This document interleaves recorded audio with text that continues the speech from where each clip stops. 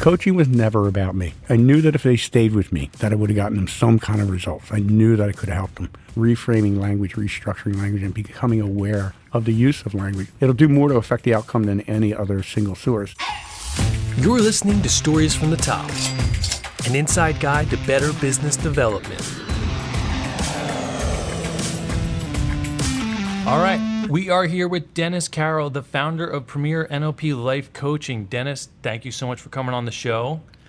To start out, you want to just explain who you are and what your business is to people who may not know what you are? Sure. Well, first off, thank you guys for having me. I appreciate it. So I am technically a life coach, but what I really do is I specialize in helping people with anxiety and depression to overcome those two things using neuro-linguistic programming and Ericksonian hypnosis. And I found that it's been very, very effective at alleviating those things because it's a completely different approach than traditional therapy or, the medical establishment, tends to lean towards pharmacology to treat those things, and sometimes it's effective and other times it's not. So what did you originally go to school for? I actually dropped out of school, dropped out of college many years ago. I wanted to be a therapist back then, and after really kind of analyzing what most therapists do, or at least my concept of that was sitting in a room listening to people talk about their problems and talk about their problems and talk about their problems, and I thought, that doesn't sound like something I really want to do. So I ended up opening a gym many years ago, and I became a personal trainer, and I figured I would do that until I figured out what I wanted to do with my life, which I didn't figure out until I turned 49. And I figured that out because I went through a coaching program that another NLP practitioner put on. He did some hypnosis on me that I was standing in his office when we did it. So I didn't really know hypnosis until many months later when I was actually studying it. And that hypnosis eradicated my depression that I had battled with for over 30 years. And I had a diagnosis from a psychiatrist of severe chronic depression, mood swing disorder, ADHD, and PTSD. And I don't know where they came up with that because I was never in the Army. I didn't have any trauma. I hadn't been abused as a child. But I had a bunch of labels put on me, and I was living a life at a very, very low level of fulfillment. And when he did the hypnosis on me, it changed how I felt about myself, literally overnight. And when that happened, I had this massive transformation where I went from feeling completely unhappy and unfulfilled and unworthy to feeling happy and fulfilled and content for the first time that I could remember in my adult life. And like I said, I was 49 years old. And when that happened to me, I absolutely knew that I was going to learn how to do what he did for me because I wanted to pay it forward. And that change lasted? It's still, I went to school and I did a lot of work on myself, but the change lasts to today. Yeah, I still feel good about myself. Back then I wanted to be perfect, and every imperfection was what I would focus on, and everything that was wrong with me is what I focused on. And now all that stuff's still wrong with me, but I don't care. And that's the big difference. So was this training you went through, was it like a certification process, or what was it? Excuse me. So the coach that I had hired, he also had a school, and he had worked for Tony Robbins, Anthony Robbins. He'd worked for Tony for 9 years.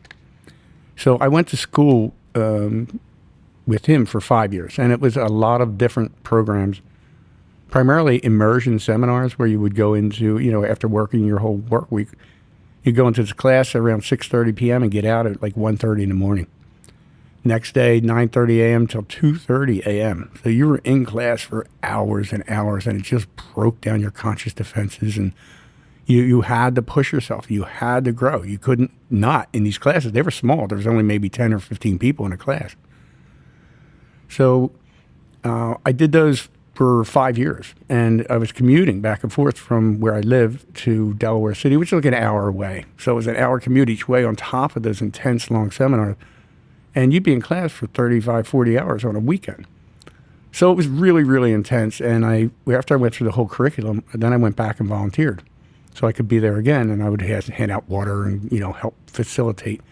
But I was able to, repeat the learning for free. And I did it over and over for 5 years. And at the end of the 5 years, I was getting less and less out of it. Putting more and more time in and getting less and less out of it. So I stopped schooling, and the entire time I had been coaching people and practicing. And I continued to look for someone else to study with because I knew I wasn't done. I'll never be done studying this. It's just too much. The body of works is so huge that I'll study it for the rest of my life and never really fully master it. But I did find the gentleman who co-created and co-founded NLP, or neuro-linguistic programming. His name is Dr. Richard Bandler. And he now works with a guy named John Laval, and they run a company called Pure NLP. But Dr. Bandler taught Tony Robbins. He was Tony's main mentor. That's how Tony got famous.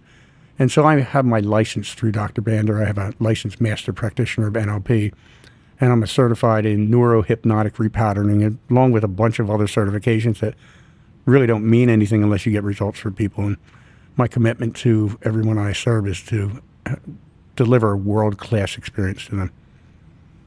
So how did you go from learning about NLP to practicing your own business? What was that transitional period like? So I already had my own business. Like I said, I was running my gym. And so I began coaching people out of that gym. In fact, the first two people I coached, my wife had sent them to me, excuse me, and they walked out on me after the second session and never came back. Now, the old me would have thrown up my hands and, oh, I'm no good at this, and given up. But coaching was never about me. And so I didn't take it personally. And I knew that, maybe I wasn't good at maintaining rapport back then. But I knew that if they stayed with me, that I would have gotten them some kind of results. I knew that I could have helped them. So I kept, practicing and learning from each person that I served and getting better at it. And eventually was able to pull away from my other business and just become a full-time NLP practitioner. It took several years. So I had, I was working two jobs at that point, one as a personal trainer and one as the NLP coach. And now the only thing I do is the NLP coaching. And were you meeting these people like in your gym, in the office there, or at your home, or where were you practicing your business? No, I have an office right on High Street in Westchester. And, when COVID hit, I had already, a gentleman from Wyoming had reached out to me before COVID hit, probably in 2019. And he wanted my help, and I didn't want to turn him away. And so we did some hypnosis over Zoom. I didn't even know that was possible then. And he came back the next week, and he was different. So I was like, wow, this opens up a whole new world for me. So when COVID hit, it was just all on Zoom. And now I still continue to do Zoom, but I prefer the the personal interaction with people. But I just finished coaching a girl in Japan, and it was pretty cool because she was, on our last session, she was thanking me up and down. And it really made me feel really good that I could help someone so far away and deliver that kind of an impact via Zoom. So how were you marketing yourself when you were first getting started? Like, how did you get the word out that this is your business, this is what you're offering to people? So it's a lot of one-on-one networking. The Professional Referral Exchange, I think it was called, PRE, right? It was a PRE, a BNI, all these different groups that I would join and work, to build relationships with those people, to get them to know, like, and trust me, to understand what I do, at least on a high level, because it's very, very difficult to explain what I do in detail. Even though I'm a master practitioner at it, it's still so diverse in its approach. It's challenging for me to articulate it. But primarily it was networking, and then the websites I built, and then some social media, which I really kind of shied away from because I'm like, who am I? Who am I that people are going to listen to me, right? And then I gave a presentation to a group, and a couple of people came up to me after it, and they said, you really should do videos. You really should start doing videos. So I have been doing video now, and that does seem to be pretty effective. I think it takes away a lot of the uncertainty for people about what it is that I do, and it intrigues them to reach out. Yeah, that whole self-help category is so broad. There's so many people in it. Some are good, some are bad. I imagine it's got to be tough to stand out. So I think the videos, I've seen a lot of the ones you've been putting out, and I think it helps personalize you, and also just shows that you're actually passionate about what you're doing and not just selling snake oil and that type of stuff. Yeah. Well, in every industry, you guys know, bad videographers, right? And good video, right? Same thing. Marketing in general. It's like, right. And so it's the same in my field. And a while back, I got a certification to hold fire walks where you walk across hot coals in your bare feet. And I really didn't have a whole big interest in that. But one of the reasons I did that was to kind of differentiate myself from these other, all these people have thrown their hat in the ring. And especially since COVID, literally millions and millions of people have become coaches. Millions. And there's millions more coming. But it's like any industry, a lot of them are going to come and they're going to go. And, I've been doing this now since 2010. And it's still not about me. I still love what I do. I love helping people at this level. I'm very fulfilled doing it. And I can't imagine not doing it. How would you say a life coach differs from a therapist or a psychologist, some of the more traditional stuff which you were originally going to school for?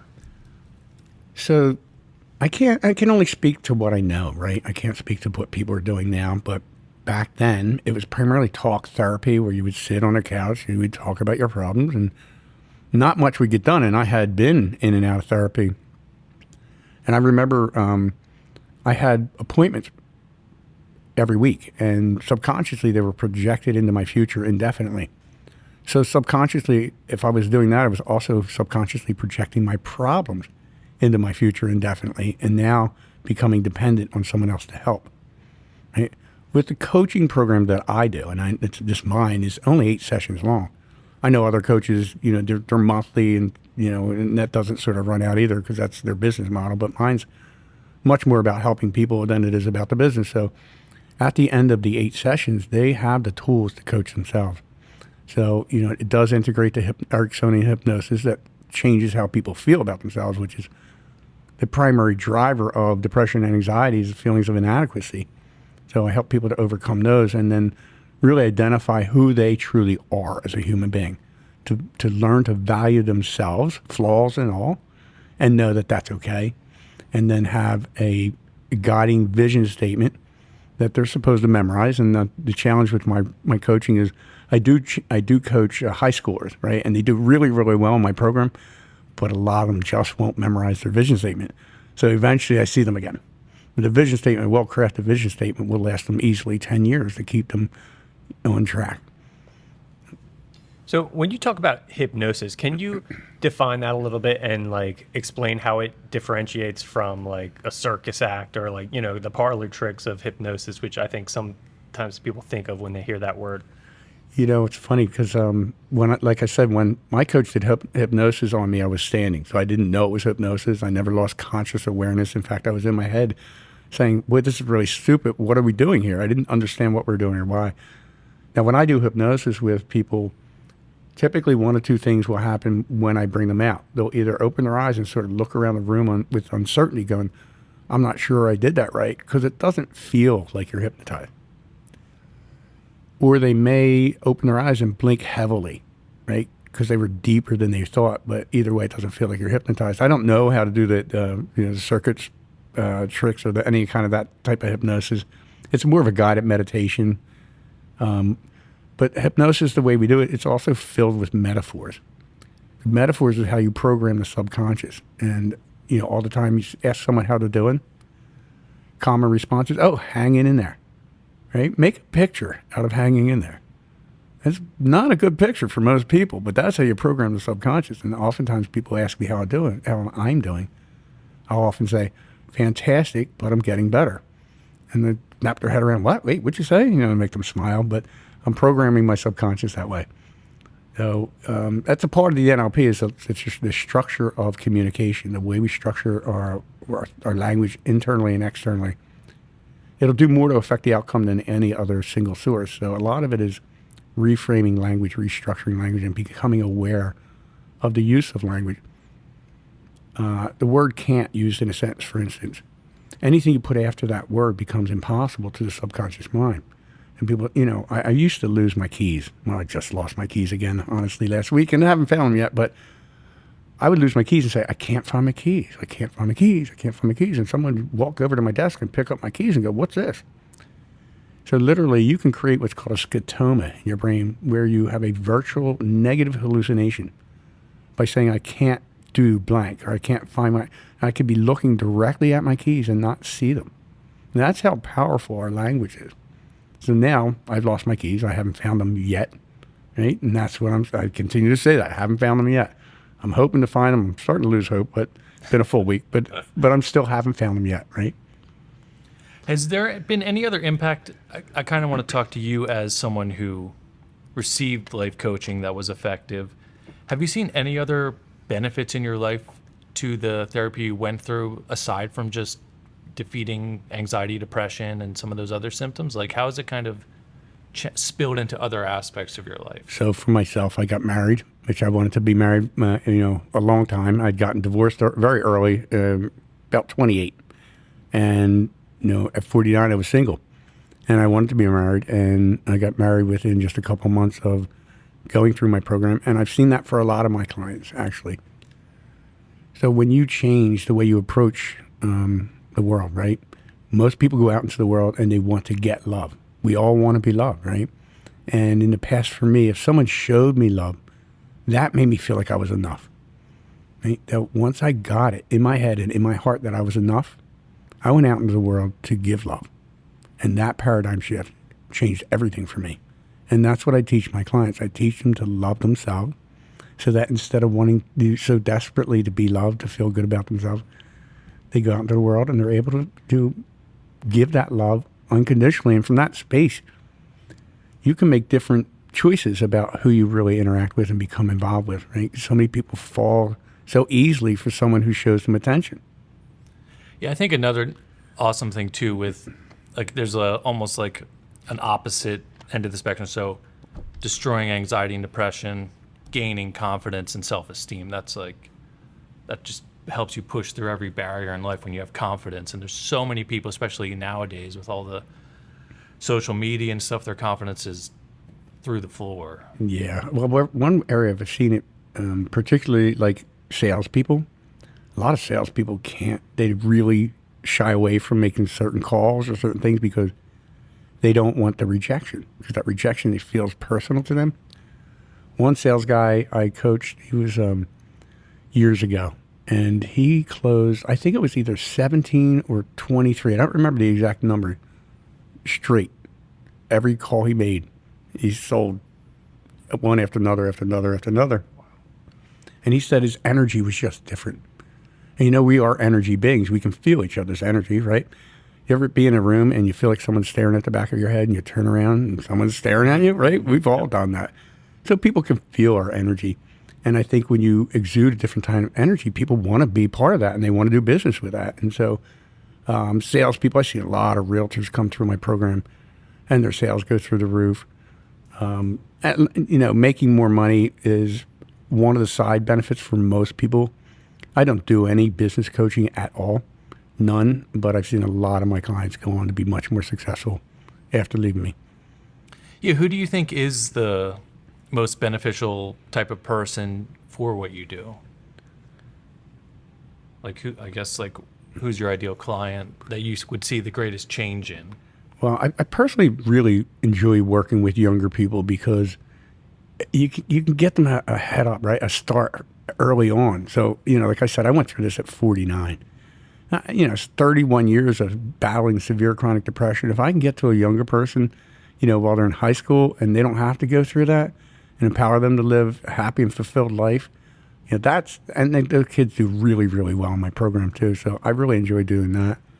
So do you work with other people inside your business, or is it always you doing the coaching? No, my skill set is so specialized that it's just me. Yeah, and have you ever considered like growing the business, or is your plan to keep it small, kind of like a lifestyle business? Yeah, it's just going to be me. It's just a passion more than anything. It's not anything that I'm looking to grow. I mean, I want to serve more people. Don't get me wrong, but it's just always going to be me. So, if someone wants to get a hold of you or learn more about the program, what's the best way to do that? Well, they can probably the best thing for them to do would be to Google me and to look at my Google reviews. What's the keywords to find you on there? Dennis Carroll, Premier Life Coach. You'll find a lot of information, but there's over 50 5-star Google reviews, and they really do reflect the typical results that I get for people. So I want people to actually hold me to that standard when they see those Google reviews. That's what they should expect if they engage with me, they should expect the same results. Awesome. Well, Dennis, thanks so much for coming on the show. We're going to do 2 more episodes coming up soon where we're going to talk about NLP, neuro-linguistic programming, dive a little deeper into what exactly that looks like, how it works, and then another episode about anxiety and how to kill it, since you are the anxiety professional. I am. Dennis, thanks so much for coming on the show. Thanks for having me, guys. It's been a pleasure. Stories from the Top is your guide to successful business development. Subscribe wherever you get your podcasts or find Edge of Cinema on YouTube. Stories from the Top is an Edge of Cinema production, hosted by Matthew Skura and Jeremy Schmidt. To learn more or get in touch, visit edgeofcinema.com/podcast.